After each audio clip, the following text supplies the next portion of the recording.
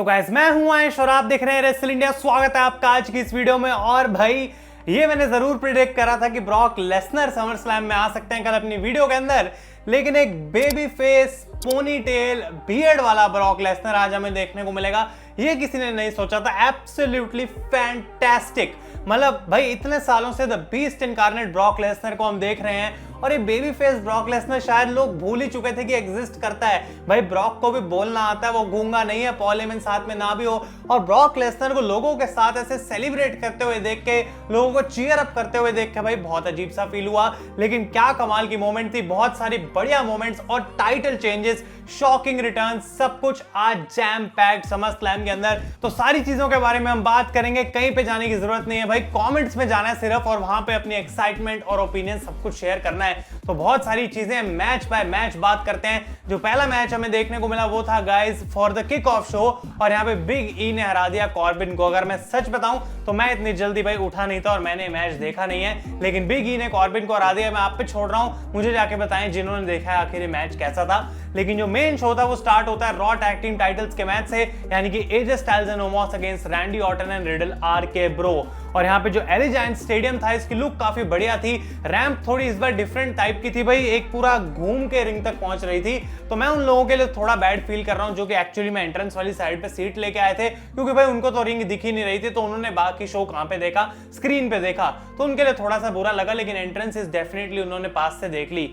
और यहाँ पे हम बात कर लेते हैं इस मैच की। भाई तो बहुत बढ़िया रेसलिंग मैच देखने को मिला। आई थिंक एजे स्टाइल्स ने आज बहुत टाइम बाद ऐसा लगा कि भाई रेसलिंग वाइज बिल्कुल कमाल कर दिया। बहुत सारी कूल मोमेंट्स थी इस मैच के अंदर, लेकिन जहां तक रिजल्ट की बात है, हम जानते थे कि एक टाइटल चेंज एक्सपेक्टेड है, वही मैंने प्रिडिक्ट भी करा था। और फाइनली आरके ब्रो जो है वो रॉ टैग टीम चैंपियंस बन चुके हैं, यानी कि रैंडी ऑर्टन और रिडल ने गाइस टाइटल्स को कैप्चर कर लिया है। तो ये एक बढ़िया मैच था। ओपनर के हिसाब से लोग काफी खुश हो रहे थे इन दोनों के लिए, और आगे आने वाले टाइम में हम जानते हैं कि इनकी स्टोरी लाइन और अच्छी ही होने वाली है। अगले मैच की हम बात करते हैं गाइस, जो कि देखने को मिला हमें ईवा मरी अगेंस्ट अलेक्सा ब्लिस। लोग इसमें बिल्कुल इंटरेस्टेड नहीं थे, आई थिंक मैं भी इंटरेस्टेड नहीं था। तो आराम से बैठ के मैं कुछ भी और चीजें कर रहा था, फोन चला रहा था जब ये मैच हो रहा था। और अलेक्सा ब्लिस एक डीडीटी लगा के यहाँ पे ईवा मरी को हरा देती हैं। मैच के बाद डुओ ड्रॉप अनाउंस करती हैं, the loser of this match is Eva मरी, और वो भी वहां से चली जाती हैं ईवा की जैकेट पहन के। तो ईवा बेचारी अकेली हो गई है, लिली को कोई रोक नहीं सकता, और गाइस अलेक्सा ब्लिस ने इस मैच को जीत लिया है। अगले मैच की बात करें जो कि था for the United states championship, यानी कि Damien priest against the champion Sheamus. और क्या कमाल का मैच इन दोनों ने पुटअप करा। मैंने प्रेडिक्शंस में बोला था कि एक टाइटल चेंज यहां पे देखने को मिल सकता है, और जबकि शेमस की कोई गलती नहीं है, उनकी रेन काफी बढ़िया चल रही थी, एक चेंज हमें देखने को मिलेगा तो कुछ फ्रेश होगा मंडे नाइट रॉ के ऊपर। और बिल्कुल वही चीज गाइस डब्ल्यूडब्ल्यू ने यहां पे करी। शेमस ने सारी चीजें ट्राई कर ली, लेकिन एंड की जो मोमेंट थी इस मैच की वो काफी कूल हमें देखने को मिली, कि वो फिगर 4 के अंदर डालते हैं यहाँ पे डेमियन प्रीस्ट को, और डेमियन प्रीस्ट उनका मास्क जो है वो उतार के खींच देते हैं। तो काफी समय बाद हमने शेमस को विदाउट अ मास्क देखा, और यहाँ पे गाइस जो है डेमियन प्रीस्ट अपना फिनिशर लगाते हैं रेकनिंग, और उन्होंने पिन करके यहाँ पे जीत लिया यूनाइटेड स्टेट्स टाइटल। तो ये एक बड़ी मोमेंट है डेमियन प्रीस्ट के करियर में, और डेफिनेटली वो टाइटल को डिजर्व करते हैं। फाइनली एक बंदा जो एनएक्सटी से आया मेन रोस्टर पे, उसको डब्ल्यूडब्ल्यू ढंग से बुक कर रही है, रिडल को भी अच्छे से बुक कर रही है। अब उम्मीद करते हैं कीथ ली, कैरियन क्रॉस, आने वाले जितने भी बंदे मेन रोस्टर पे, सबको अच्छे तरीके से बुक करा जाएगा। क्योंकि आज इस शो ने प्रूव कर दिया कि जरूरी नहीं है कि भाई अगर तुम एनएक्सटी से आए हो तो तुम ओवर नहीं हो सकते। अगर तुम्हें अच्छा बुक करा जाए तो धीरे धीरे लोगों को आदत हो जाती है तुम्हें देखने की, और डेमियन प्रीस्ट ने गाइस वो चीज बिल्कुल प्रूव कर दी। अगले मैच की हम बात करते हैं जो कि था for the SmackDown tag team titles, the Usos against the Mysterios. एक बार फिर से बढ़िया मैच देखने को मिला। इसकी स्टोरी काफी सिंपल थी कि डोमिनिक के ऊपर उसोस अपना अटैक कर ही जा रहे हैं, और ये बिल्ड कर रहा था हॉट टैग की तरफ ऑन रे मिस्टीरियो। जब फाइनली रे मिस्टीरियो अंदर आते हैं, वो 619 वगैरह लगाते हैं, लेकिन तब भी भाई इस मैच को अपनी टीम के लिए जीत नहीं पाए, और यहाँ पे काफी क्लोज किक आउट उसोस ने करा, and at the end guys frog splash लगा के वो अपने मैच को जीत जाते हैं। तो यहाँ पे उसोस ने अपने टाइटल को रिटेन कर लिया, जो कि एक्सपेक्टेड था। और इन दोनों टीम्स की राइवलरी में इतने समय से देख रहा हूं कि मुझे अब फील हो रहा है कि कुछ नया इसमें भी जरूरत है डालने की। मिस्टीरियोस एंड उसोस एक काफी बढ़िया राइवलरी रही, लेकिन now WW needs something fresh, क्योंकि उसोस ने अपने टाइटल्स को भी रिटेन कर लिया है। नेक्स्ट चीज की हम बात करते हैं गाइस, तो होने वाला था यहाँ पे स्मैकडाउन विमेंस चैंपियनशिप का मैच बियांका बेलेयर का अगेंस्ट साशा बैंक्स। तो बियांका अपनी एंट्रेंस करते हैं और आउट ऑफ नोवेयर अनाउंस करते हैं ग्रेग हैमिल्टन कि साशा आज कंपीट नहीं कर पाएंगी इस मैच में, वो यहाँ पे आई नहीं है। तो बियांका बिल्कुल कंफ्यूज रह जाती हैं, और वो बोलते हैं कि इनकी रिप्लेसमेंट होने वाली है कार्मेला। तो कार्मेला आ जाती है रिंग के अंदर। ऐसा लगता है इन दोनों के बीच में एक मैच होने वाला है और उसी पॉइंट पे गाइस बेकी लिंच का म्यूजिक बजता है। तो बेकी लिंच का रिटर्न, जो कि मैं एक्सपेक्ट कर रहा था, काफी मैंने बात भी करी थी वीडियो में कि रॉ या स्मैकडाउन किसी भी विमेंस चैंपियनशिप में उनको इन्वॉल्व करा जा सकता है। तो बेकी लिंच आती हैं बाहर। क्या बड़ी पॉप उनको मिली आज एलिजाइंट स्टेडियम में, जहां 50,000 से भी ज्यादा लोग आ जाए थे। तो उनको डेफिनेटली बहुत बड़ी पॉप मिलनी थी। लोग बहुत ज्यादा अच्छे से रिएक्ट कर रहे थे। उनको क्लियर नहीं था पहले तो वो फेस है या फिर हील है, लेकिन कहीं ना कहीं ऐसा लग रहा है भाई बेकी लिंच एक फेस की तरह एक्ट कर रही थी। तो यहाँ पे वो आती हैं और वो पहले कार्मेला को अटैक कर देती हैं और उसके बाद वो बियांका को चैलेंज करती हैं फॉर द टाइटल। और बियांका ऐसा लग रहा था कि मैच के लिए इतना रेडी होके आई थी और उनको थोड़ी एम्बैरेसमेंट हो रही थी साशा के ना आने से। उन्होंने इस चैलेंज को एक्सेप्ट कर लिया और बेकी लिंच से गाइस उनका यहाँ पे मैच होता है और बिल्कुल आई थिंक 26 सेकंड में यहाँ पे बेकी लिंच ने हरा दिया बियांका बेलेयर को। अब मुझे इस पूरी सिचुएशन से कोई प्रॉब्लम नहीं थी अंटिल दिस फिनिश, क्योंकि मुझे ऐसा लग रहा था कि 26 सेकंड मतलब ये चैंपियन तुम्हारी रेसलमेनिया से अभी तक कितनी स्ट्रांग है। आई नो कि बेकी का रिटर्न है, उनको बड़ा दिखाने की जरूरत है, हर चीज एक जरूरी चीज है, लेकिन 26 सेकंड कुछ ज्यादा हो गया मेरे हिसाब से। और बेकी लिंच यहाँ पे नई चैंपियन बन चुके हैं आउट ऑफ नोवेयर। किसी ने एक्सपेक्ट नहीं करा था कि अगर वो आएंगी तो वो टाइटल भी जीत सकती हैं, लेकिन ये शॉक गाइस डब्ल्यूडब्ल्यू ने यहाँ पे दिया। तो शॉकिंग एलिमेंट के लिए पूरे नंबर हैं, लेकिन शायद थोड़ी बुकिंग जो है बियांका को और अच्छे से दी जा सकती थी। उनको इस मोमेंट में थोड़ा और प्रोटेक्ट करा जा सकता था। अगले मैच की हम बात करते हैं गाइस, जो कि था ड्रू मैकिंटायर वर्सेस जिंदर महल। और अब मैं ऑफिशियली कह सकता हूं कि डब्ल्यूडब्ल्यू ने इस पूरी फ्यूड पे पानी डाल दिया, इसको गाड़ दिया जिंदा और अब भाई इसके अंदर कुछ बचा नहीं है। पूरे बिल्डअप में ड्रू मैकिंटायर स्ट्रांग दिख रहे थे, रिंग साइड से वीर और शैंकी भी पूरे तरीके से बैंड थे और जिंदर महल आज इस मैच को भी एक बार हार गए और ड्रू फिर से डोमिनेटिंग फैशन में जीते, मैं आपको बता दूं।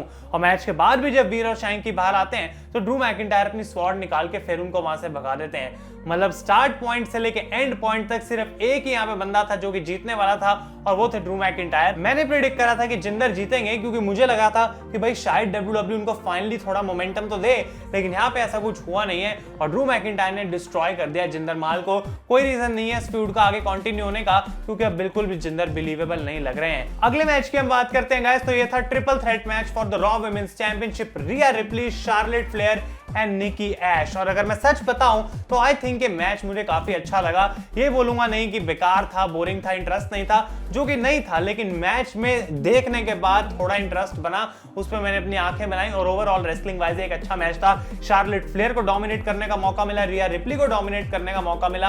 आई डोंट थिंक कि निकी ऐश को उतना स्ट्रॉन्ग बुक करा गया एक बार फिर से इस मैच में। तो दोनों विमेंस चैंपियनशिप की बुकिंग थोड़ी आज मुझे वीक लगी, लेकिन यहाँ पे जो टाइटल चेंज था मेरे लिए अनएक्सपेक्टेड था। मैंने प्रेडिक्शंस वीडियो में बोला था भाई अगर शार्लेट जीत भी जाती है तो उसमें क्या नया है, तो वो चीज आज हमें फिर से देखने को मिली। और रिजल्ट से जबकि मैं उतना खुश नहीं हूं, लेकिन ओवरऑल ये मैच एंटरटेनिंग था। तो निकी ऐश ऑलरेडी अपना टाइटल हार चुकी हैं, almost super hero, now not even champion. तो शार्लेट को एक बार फिर से टाइटल जितवाने का क्या पॉइंट था? अब उनका अगेंस्ट कौन आएगा लड़ने, कौन चैलेंजर उनका हो सकता है? क्या कल रॉ पे रोंडा राउजी वापस आएंगे? आई डोंट थिंक वैसा कुछ भी होने वाला है, लेकिन भाई यहाँ पे जो है शार्लेट को चैंपियनशिप दे दी गई है। आपके इस पे क्या थॉट्स हैं मुझे कमेंट्स में बताएं।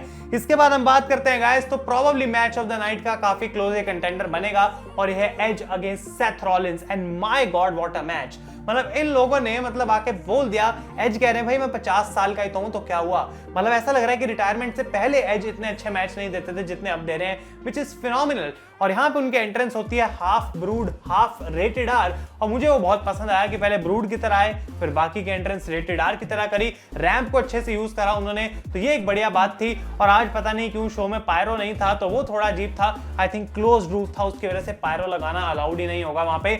लेकिन गाइस यहाँ पे जो मैच सेथ रॉलिंस के साथ देखने को मिला, जैसा कि मैं कह रहा हूँ बहुत ही ज्यादा बढ़िया था। रॉलिंस ने यहाँ पे 3 या 4 बार आई थिंक स्टॉम्प लगाने की कोशिश करी और एज को पता था कि मैं अगर स्टॉम्प मुझे एक बार भी पड़ गया तो उस पर मैं किक आउट नहीं कर पाऊंगा, क्योंकि मेरी नेक ऑलरेडी इंजर्ड हो चुकी थी एक बार। तो यहाँ पे उनको हर मोमेंट पे हर पॉइंट पे इस स्टॉम्प को ब्लॉक करना था और उन्होंने एग्जैक्टली वही करा। उन्होंने यहाँ पे अपना स्पीयर लगाया भाई, उसके बाद एग्जीक्यूशन हमें देखने को मिला, एजुकेटर भी आज तो देखने को मिल गया। मतलब सारे अलग अलग एजी जितने भी सारे मूव्स एज ने लगाए, लेकिन एट द एंड गाइस काफी कमाल के मैच के बाद, बैक एंड फोर्थ चलने के बाद, रॉलिंस के क्लोज आने के बाद एज यहाँ पे अपना जो है लॉक लगाते हैं क्रॉस फेस वाला, and Seth Rollins had to tap out. मतलब ओवरऑल जिस तरीके से स्टोरी बुक करी गई स्टार्ट पॉइंट से एंड पॉइंट तक मैं बात करूं, इट वाज फैंटास्टिक। और मैं कह सकता हूं कि डब्ल्यूडब्ल्यू ने एक हद तक तो दिखा दिया कि वो बुकिंग अच्छी कर सकते हैं स्टोरी लाइंस की भी, लेकिन यहाँ पे समर स्लैम की ओवरऑल फ्यूड गाइस, इसको डेफिनेटली मैं अवार्ड देना चाहूंगा। Fantastic match, fantastic story line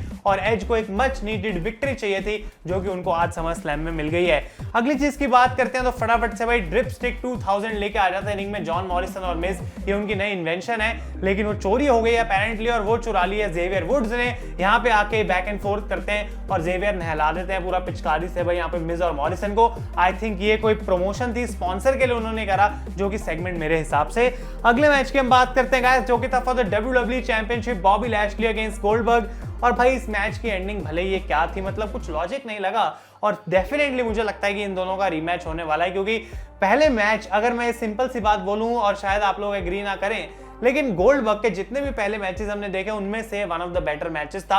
ऐसा नहीं था कि पूरे समय में हायरा में बॉच कर दिया, अब ये गलती अब वो गलती, उतना भी बेकार नहीं था। तो बॉबी लैशली और गोल्डबर्ग ने एक दूसरे के साथ जो है मैच के एग्जीक्यूशन को बिल्कुल सही तरीके से करा, लेकिन एंडिंग इसकी ये थी गाइस कि 2 बार जो स्टील पोस्ट में बॉबी लैशली मारते हैं गोल्डबर्ग की नी को, और रेफरी मैच रोक देता है कि भाई गोल्डबर्ग कंटिन्यू नहीं कर पा रहा।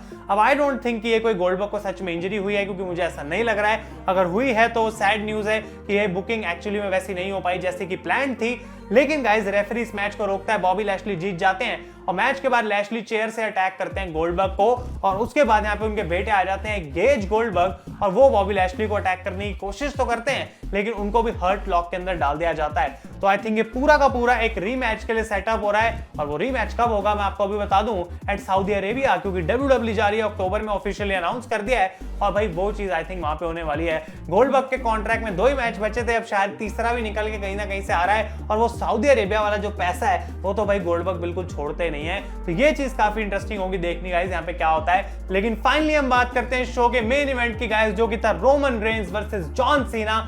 क्या गजब का ये मैच था, मजा आ गया बिल्कुल देख के एक बार फिर से। और भाई हर मोमेंट पे मतलब ऐसा लग रहा था कि शिट जॉन सीना जीत गया, शिट जॉन सीना जीत गया, कि रोमन रेंज का क्या होगा फिर। और बहुत सारी ऐसी मोमेंट्स थी, एक नॉर्मल एटीट्यूड एडजस्टमेंट एक अनाउंसर्स टेबल के थ्रू, उसके बाद एक मिडल रोप से attitude adjustment, but Roman Reigns kept kicking out. Roman Reigns को मतलब पूरे मैच में काफी डोमिनेटिंग भी दिखाया गया, और जब भी उनको एटीट्यूड एडजस्टमेंट पड़ी, सीना का एक बड़ा मूव उन्होंने उस पर किक आउट कर दिया, तो सीना को यकीन नहीं हो रहा था। And at the end guys Roman Reigns 2-3 back to back superman punch लगाते हैं, स्पीयर लगाते हैं, और जॉन सीना को पिन करके यहाँ पे वो जीत चुके हैं। तो आई थिंक WWE ने इस रिजल्ट को ऑलरेडी गिव अवे कर दिया था स्मैकडाउन पे, जैसी उन्होंने बात बोली थी कि रोमन WWE से बाहर हो जाएगा अगर हार गया, वो चीज हम जानते हैं होने वाली थी नहीं। तो रोमन रेंज और सीना ने एक बहुत बढ़िया मैच दिया, दिस इज ऑसम की चैंट यहाँ पे हो रही थी गाइस।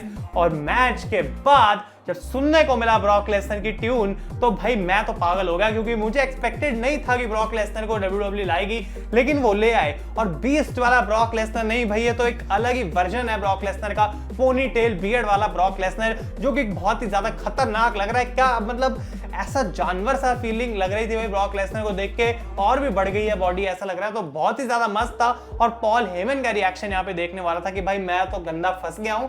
और ब्रॉक लेसनर जब आए मुझे लगा F5 पड़ने वाली है भाई सबको, शायद पॉल हेमन को भी, लेकिन उन्होंने कुछ भी नहीं करा और रोमन रेंज को वहां से जाने दिया, because he is not a heel Brock Lesnar, he is a face Brock Lesnar, baby face Brock Lesnar. इतने सालों बाद WWE में वापस आया है, और जो लोग बेबी फेस लेसनर को जानते हैं भाई, बहुत ज्यादा मस्त कैरेक्टर है लेसनर। आई थिंक अब खुद माइक पे बोलेंगे, वो अपने आप में बात है, वो लोगों को कह रहे हैं यूं यूं करने के लिए ताकि वो उनके लिए चीयर करें। ये ऐसी चीजें जो हमने लेसनर से कितने सालों से नहीं देखी। हो सकता है आप में से कई लोग ऐसे हैं जिन्होंने कभी भी नहीं देखी, तो डेफिनेटली आप उसके लिए स्टे ट्यून्ड रहें गाइस। और आने वाली आज की वीडियो में हम ब्रॉक लेसनर के आगे स्पेकुलेशन करेंगे, तो भाई डेफिनेटली उसके लिए बने रहे। ये था मेरा समर स्लैम का रिव्यू, ओवरऑल एक अच्छा शो था, और जैसे कि जो बढ़िया मोमेंट्स थी वो तो मैंने आपको बताई दी। तो अगर ये वीडियो पसंद आई है इसे लाइक करें। तब तक के लिए thank you so much for watching. मैं हूं आयुष और आप देख रहे हैं रेसल इंडिया।